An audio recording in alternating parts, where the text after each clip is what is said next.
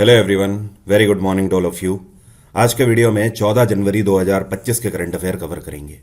Current affair की PDF आप मेरे टेलीग्राम ग्रुप से डाउनलोड कर सकते हैं। टेलीग्राम का लिंक वीडियो के डिस्क्रिप्शन में दिया हुआ है। वीडियो में पहले कल के क्वेश्चन की बात करते हैं।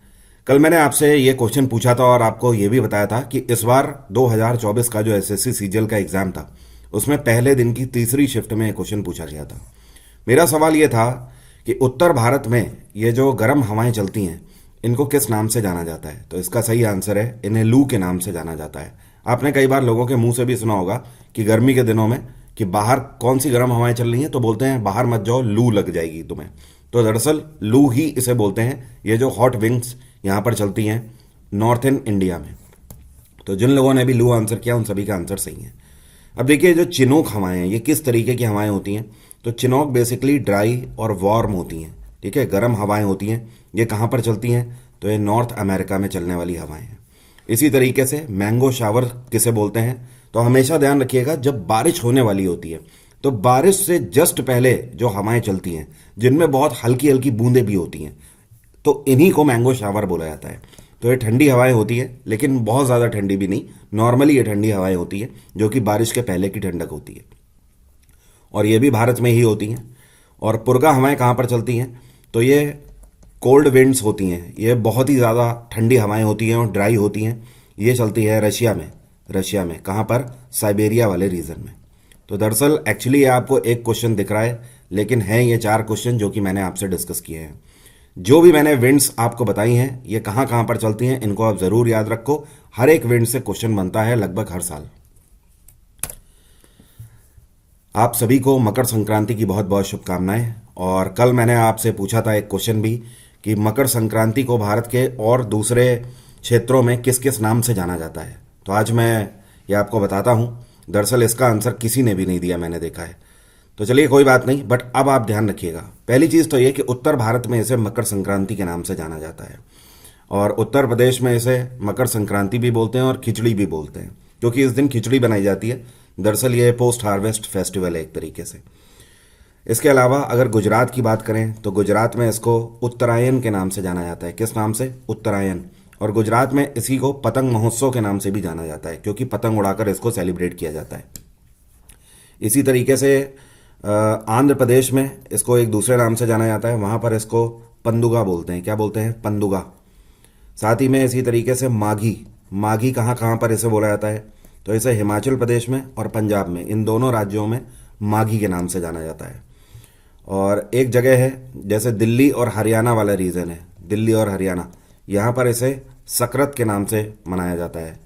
ठीक है, तो ये डिफरेंट प्लेसेस में मनाई जा रही है मकर संक्रांति, लेकिन अलग अलग नामों से मनाई जाती है पूरे भारत में। सेफ 50 कोड लगाकर आज का ये ऑफर है, केवल रात 12 बजे तक आप मेरा कोई भी जो बैच है उसे 50% डिस्काउंट पे अवेल कर सकते हैं हर एक एग्जाम के लिए। अब शुरू करेंगे करंट अफेयर। अभी हाल ही में अमेरिका के राष्ट्रपति जे बिडेन के द्वारा पोप फ्रांसिस को कौन से सम्मान से सम्मानित किया गया है? तो जे बिडेन के अभी कुछ ही दिन बचे हैं केवल उनकी गद्दी पर, उसके बाद व्हाइट हाउस इन्हें छोड़ना है, क्योंकि डोनाल्ड ट्रंप नए राष्ट्रपति बन चुके हैं और शपथ लेना उनका बाकी है। तो अपना पूरा कार्यकाल खत्म कर रहे हैं, और इस टाइम पर जे बिडेन लगातार जिन लोगों ने भी इनके कार्यकाल में बेहतर काम किया है उनको सम्मान भी दे रहे हैं। कई लोगों को सम्मान दिया जा चुका है, प्रेसिडेंशियल मेडल। तो ये जो आपको पोप फ्रांसिस दिख रहे हैं इनको भी presidential medal of freedom with distinction से सम्मानित किया गया है। पोप फ्रांसिस कौन है आपको बता देता हूँ। वेटिकन सिटी जो कि यूरोप में पड़ता है और दुनिया का सबसे छोटा देश है, वेटिकन सिटी में एक जो चर्च है, उस चर्च के जो पोप होते हैं उन्हीं को वर्ल्ड कैथोलिक लीडर के नाम से जाना जाता है। तो पोप फ्रांसिस इस टाइम पर वेटिकन सिटी कैथोलिक चर्च के ही पोप हैं। इस वजह से इस टाइम पर ये कैथोलिक लीडर भी हैं पूरे वर्ल्ड में। तो इनकी सेवाओं के लिए और जिस तरीके से इन्होंने क्रिश्चियनिटी का प्रचार प्रसार किया है और यूरोपियन रीजन में, अमेरिकन रीजन में कंट्रीज को जोड़ के रखा है, इसके लिए इनको सम्मानित किया गया है। बीसीसीआई के नए सेक्रेटरी के रूप में किसको इलेक्ट किया गया है? तो जो आपको पिक्चर में दिख रहे हैं ये हैं देवजीत सैकिया। देवजीत सैकिया भारत के लिए भी खेल चुके हैं और इन्होंने फर्स्ट क्लास क्रिकेटर के रूप में 1990 से लेकर 91 तक खेला है, और इस एक साल में इन्होंने 4 मैच ही खेले थे। हालांकि उस टाइम पर ये विकेट कीपिंग करते थे और बैट्समैन थे। तो इनका कार्यकाल तो बहुत ही छोटा सा रहा है, लेकिन ये चर्चा में कब है? साल 2016 में, क्योंकि ये आसाम से बिलोंग करते हैं, तो आसाम का जो क्रिकेट एसोसिएशन है उसके एडमिनिस्ट्रेटिव मेंबर के रूप में इनको चुना गया 2016 में। उसके बाद 2019 में ये आसाम क्रिकेट एसोसिएशन के सेक्रेटरी भी बन गए और अब जाकर बीसीसीआई की तरफ से इनका नाम नामित हुआ था और वोटों के थ्रू इनको चुना गया है। ये रिप्लेस कर रहे हैं जय शाह को। जय शाह इससे पहले बीसीसीआई के सेक्रेटरी थे, लेकिन 1 दिसंबर को जय शाह ने आईसीसी के चेयरपर्सन के रूप में ज्वाइन कर लिया है। तो बीसीसीआई की पोस्ट करीब पिछले 40 दिनों से खाली पड़ी हुई थी, तो अब सैकिया उसमें आ गए हैं। बीसीसीआई की स्थापना 1928 में करी गई थी। इसका हेडक्वार्टर है मुंबई। ये कौन है जिनके द्वारा एंटरप्रेन्योरशिप डेवलपमेंट कनक्लेव का उद्घाटन पुणे में किया गया? तो जो आपको पिक्चर में दिख रहे हैं ये है यूनियन मिनिस्टर राजीव रंजन सिंह। राजीव रंजन सिंह इस टाइम पर पंचायती राज के मिनिस्टर हैं, साथ में एनिमल हस्बेंड्री के भी मिनिस्टर हैं। और ये जो एंटरप्रेन्योरशिप डेवलपमेंट कनक्लेव है इसको ऑर्गेनाइज किया गया मिनिस्ट्री ऑफ एनिमल हस्बेंड्री के द्वारा। इसका मेन उद्देश्य है कि पूरे भारत भर में ऐसे लोगों को इसमें प्रमोट किया जाएगा जो कि एनिमल हस्बेंड्री से जुड़ा हुआ कोई भी इक्विपमेंट बना रहे हैं और इस क्षेत्र में एंटरप्रेन्योरशिप में आना चाहते हैं। एंटरप्रेन्योरशिप का बेसिकली मतलब यह है कि जब युवा पीढ़ी नए नए इन्वेंशंस करके किसी क्षेत्र में क्रांति लाती है तो वो एंटरप्रेन्योर कहलाते हैं। ठीक है, तो इसमें भारत सरकार के द्वारा उन लोगों को प्रमोट किया जाएगा जो कि मछली पालन हो गया, मुर्गी पालन हो गया और गाय भैंस पालन हो गया, इन सभी के क्षेत्र में कुछ ना कुछ हट के काम करेंगे, उनको यहाँ पर बढ़ावा दिया जाएगा। केंद्र सरकार की तरफ से इस कनक्लेव के दौरान 40 नए प्रोजेक्ट लॉन्च किए गए हैं पशुपालन के लिए, जिसके लिए 545 करोड़ की धनराशि आवंटित करी गई है। हाल ही में दुनिया की सबसे बड़ी 3D रंगोली कौन से शहर में बनाई गई? तो ये बनाई गई है भोपाल में। भोपाल कहाँ पड़ता है? मध्य प्रदेश में पड़ता है। और ये जो आपको रंगोली दिखाई दे रही है ये 18,000 फीट एरिया में बनाई गई है। कितनी? 18,000 स्क्वायर फीट एरिया में। और इसमें जो कलर का यूज़ किया गया है जानकर आपको हैरानी होगी, 4,000 किलोग्राम कलर्स का यूज़ किया गया है, मतलब 4 टन कलर का यूज़ किया गया है इसमें। और इसको बनाने में 48 घंटे का समय लगा। और इंदौर की आर्टिस्ट हैं शिखा शर्मा, उनके द्वारा और उनकी पूरी टीम ने मिलकर इस रंगोली को बनाया है। और इसका उद्घाटन 12 जनवरी को किया गया, क्योंकि 12 जनवरी को राष्ट्रीय युवा दिवस मनाया गया और स्वामी विवेकानंद की बर्थ एनिवर्सरी के उपलक्ष्य में उनको इस रंगोली में चिन्हित किया गया। यह कौन सी ऑर्गेनाइजेशन है जिसके द्वारा पोस्ट रिटायरमेंट बेनिफिट सेल का उद्घाटन किया गया है? तो यह है SECL। कौन सी ऑर्गेनाइजेशन है? SECL, जिसको बोलते हैं south eastern coal field limited. Coal India limited की सब्सिडरी कंपनी है ये। ठीक है, और ये छत्तीसगढ़ बेस्ड कंपनी है। तो इन्होंने अपने एम्प्लॉयज़ के लिए post retirement benefit cell launch किया है। मतलब ये एक सिंगल विंडो होगी जहां से कोई भी अगर इनका एम्प्लॉय कोल इंडिया का अगर रिटायर हो रहा है तो उसकी सारी भी जितनी भी उसके कंसर्न होंगे उन सब की सुनवाई इसी पर्टिकुलर पोर्टल पर होगी। जैसे कि रिटायर होने के बाद कई सारी और भी जिम्मेदारियां होती हैं और सबसे बड़ा कंसर्न होता है क्या? प्रोविडेंट फंड का, कि एम्प्लॉय चाहता है अब जल्द से जल्द उसका प्रोविडेंट फंड मिले जो उसने पूरी ज़िंदगी चुकाया हुआ है, अब वो उसे ब्याज के साथ मिले। तो उसका भी सॉल्यूशन इसमें होगा। साथ में जैसे कि मेडिकल फैसिलिटीज़ हो गई, पेंशन का क्या स्टेटस होगा, इन सारी चीज़ों के लिए वो यहाँ पर अप्लाई करेगा और रियल टाइम में उसको सारी जानकारी मिलती रहेगी। अगर पीएफ में डिले हो रहा है तो क्यों हो रहा है, वो सारी इन्फॉर्मेशन इसी पर अपडेट होती रहेगी। SECL की स्थापना 1985 में करी गई थी। इसका हेडक्वार्टर है बिलासपुर। बिलासपुर कहाँ है? छत्तीसगढ़ में पड़ता है। इसके चेयरपर्सन है PS मिश्रा। ये कौन से राज्य के मुख्यमंत्री हैं जिनके द्वारा स्वामी विवेकानंद युवा शक्ति मिशन का उद्घाटन किया गया है? तो ये मध्य प्रदेश के मुख्यमंत्री हैं डॉक्टर मोहन यादव। इन्हीं के द्वारा इस नए मिशन का उद्घाटन किया गया है। अब देखिए, इसके अंतर्गत 4 चीज़ों को टारगेट लेकर चला जा रहा है जिस पर काम करना है मध्य प्रदेश सरकार को। पहली चीज़ तो यूथ, ठीक है, क्योंकि इसे नेशनल यूथ डे के उपलक्ष्य में ही लॉन्च किया गया है और स्वामी विवेकानंद के नाम पर लॉन्च किया गया है। तो पहली चीज़ तो यूथ को यहाँ पर टेक केयर करना है। दूसरा फार्मर्स हो गए, किसानों के ऊपर भी नए प्रोजेक्ट्स आएंगे। तीसरा विमेन, महिला सशक्तिकरण के लिए भी काम होगा। और चौथा पुअर, गरीबों के लिए। तो इन 4 क्षेत्रों में विकास किया जाएगा मध्य प्रदेश सरकार के द्वारा इस मिशन के अंतर्गत। मध्य प्रदेश सरकार ने इस मिशन में ये भी कोट किया है कि एमपी गवर्नमेंट ये चाहती है कि 2028 तक एमपी के अंदर जितना भी यूथ है उसके 70% यूथ को किसी भी तरीके से रोजगार दिया जा सके। और 2030 तक एमपी गवर्नमेंट टारगेट लेकर चल रही है कि एमपी के अंदर हर एक व्यक्ति कम से कम 12वीं पास जरूर हो। गुजरात के मुख्यमंत्री भूपेंद्र पटेल के द्वारा रोड सेफ्टी मेजर्स और उन्हें अपग्रेड करने के लिए कितनी धनराशि आवंटित करी गई है? तो गुजरात सरकार ने गुजरात के अंदर रोडों के इंफ्रास्ट्रक्चर को बेहतर बनाने के लिए 188 करोड़ की धनराशि आवंटित करी है। इस पैसे की मदद से जितना भी रोड खराब हैं गुजरात के अंदर उन सभी पर पैच वर्क होगा और नए प्रोजेक्ट्स भी लॉन्च किए गए हैं। 188 करोड़ की मदद से गुजरात के अंदर 328 किलोमीटर की नए रोड प्रोजेक्ट्स बनाए जाएंगे। इसके अलावा 87 करोड़ की धनराशि अलग से आवंटित करी गई है 6 लेन हाईवे के लिए।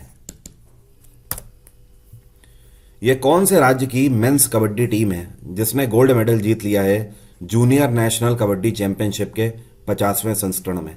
तो अभी हाल ही में जूनियर नेशनल कबड्डी चैंपियनशिप का 50वां संस्करण आयोजित किया गया और इस बार हरियाणा मेंस कबड्डी टीम ने फाइनल में उत्तराखंड की टीम को हराकर गोल्ड मेडल अपने नाम कर लिया है।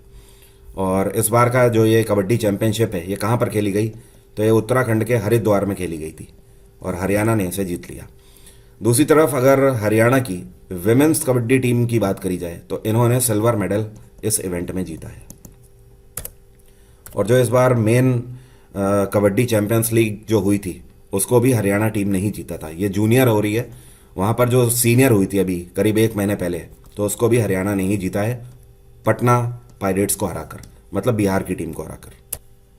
अडानी ग्रुप के द्वारा फैसला लिया गया है कि ये 75,000 करोड़ का निवेश करेंगे अलग अलग क्षेत्रों में, लेकिन कौन से राज्य में? तो अडानी ग्रुप ने फैसला लिया है कि ये छत्तीसगढ़ में आने वाले समय में 75,000 करोड़ के नए इन्वेस्टमेंट करेंगे।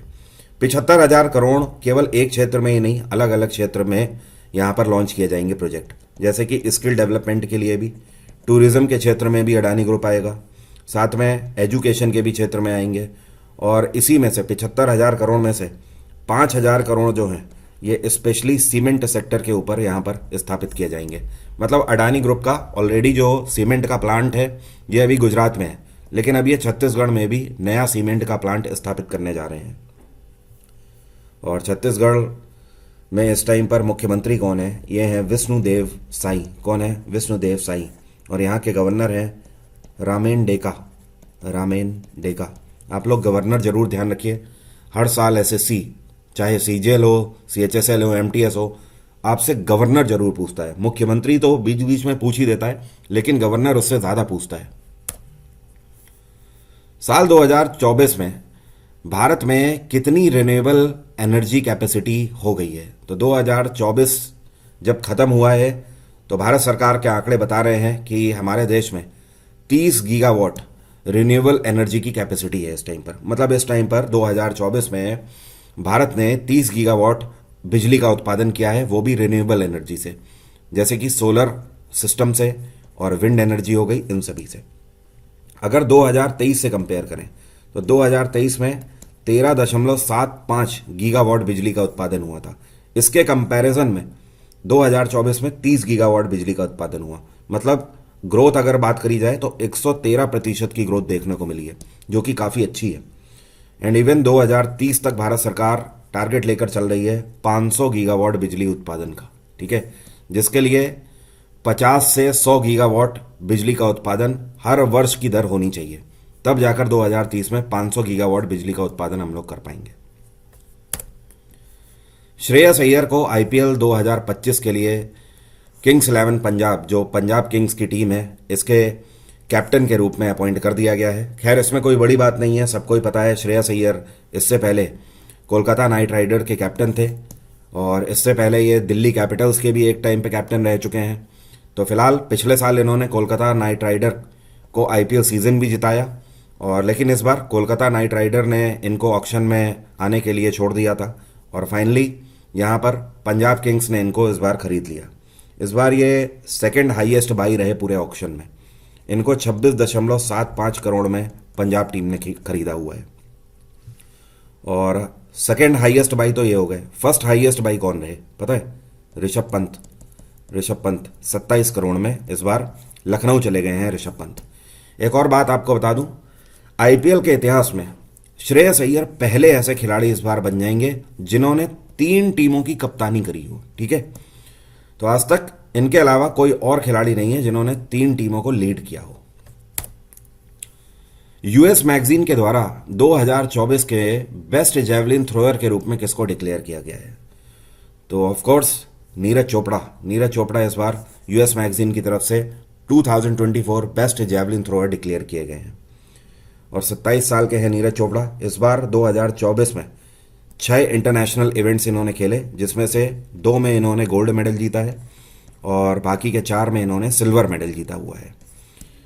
और 2020 का जो टोक्यो ओलंपिक्स था उसमें तो ये गोल्ड लाए थे, जिसके बाद से पूरे दुनिया में इन्होंने छाप छोड़ी हुई है। इस बार 2024 के जो पेरिस ओलंपिक्स हुए थे इसमें ये सिल्वर मेडल लाए थे। और गोल्ड कौन लाए थे? पाकिस्तान के अरशद नदीम लाए थे गोल्ड। और अरशद नदीम जो हैं इनको यूएस मैगजीन के द्वारा 6 रैंक मिली हुई है, 6वीं रैंक। उसका कारण यह है कि अरशद नदीम ने 2024 में केवल 2 ही इंटरनेशनल इवेंट खेले हुए हैं, जबकि नीरज चोपड़ा ने 6 इंटरनेशनल चैंपियनशिप इवेंट खेले हुए हैं। आज रात 12 बजे तक आप इस ऑफर को अवेल कर सकते हैं सेफ 50 कोड लगाकर। मेरा जीएसजीके का फाउंडेशन बैच हर एक एग्जाम के लिए आप परचेज करके एग्जाम इंजन एप्लीकेशन से पूरी जीएस अपनी आप कवर कर सकते हैं। प्रीमियम कोर्स वाले ऑप्शन में जाकर आप मेरे सारे बैचेस देख सकते हैं और वहीं से परचेज कर सकते हैं। बैचेस का डायरेक्ट लिंक भी वीडियो के डिस्क्रिप्शन में है, एग्जाम इंजन ऐप का भी लिंक वीडियो के डिस्क्रिप्शन में दिया हुआ है। अब मेरा आज का सवाल है आपसे, ओसिमम टेन्यूफ्लोरम ये इनमें से किसका साइंटिफिक नेम है? रोज, क्लोव, तुलसी या फिर कार्डेमम? कमेंट बॉक्स में लिखकर बताइए। Thank you so much, have a nice day, take care, bye bye. आपका दिन मंगलमय हो। स्टैटिक जीके इतना हंगामा क्यों मचा रखा है भाई? हजारों लोग फायदा ले चुके हैं, आप कब लोगे इसका फायदा? जब एग्जाम निकल जाएगा तब। किताब लॉन्च तो कर चुका हूं मैं आपके लिए स्टैटिक जीके की। ये वो किताब है जिसमें मैंने 81 से ज्यादा स्टैटिक जीके के टॉपिक कवर किए हुए हैं। इतना ही नहीं, 3500 करीब टीसीएस पैटर्न पर आधारित पिछले 5 सालों के स्टैटिक जीके के पीवाईक्यूज भी दिए हुए हैं। टेबल की फॉर्मेट में मैंने सारे टॉपिक कवर किए हुए हैं पिछले 3 सालों की मेहनत लगाकर, और जितने भी क्वेश्चन है वो सारे सॉल्यूशन के साथ दिए हुए हैं। Amazon पे जाकर एक बार रिव्यू देखिए लोगों के, जिन लोगों ने इस किताब का फायदा लिया है। आज ही Amazon से ये किताब आप अपने लिए ऑर्डर कर सकते हैं। एग्जाम कोई भी हो, स्टैटिक जीके के लिए रामबाण है किताब। हिंदी और इंग्लिश भाषा दोनों में मैंने इसे लॉन्च किया हुआ है। अपने हिसाब से किसी भी आप राज्य में रहने वाले हो, आप ऑर्डर करके आज ही अपने घर मंगा सकते हैं। किताब का लिंक वीडियो के डिस्क्रिप्शन में दिया हुआ है। तो अब देर नहीं करनी है, स्टैटिक जीके में नैया पार लगाइए।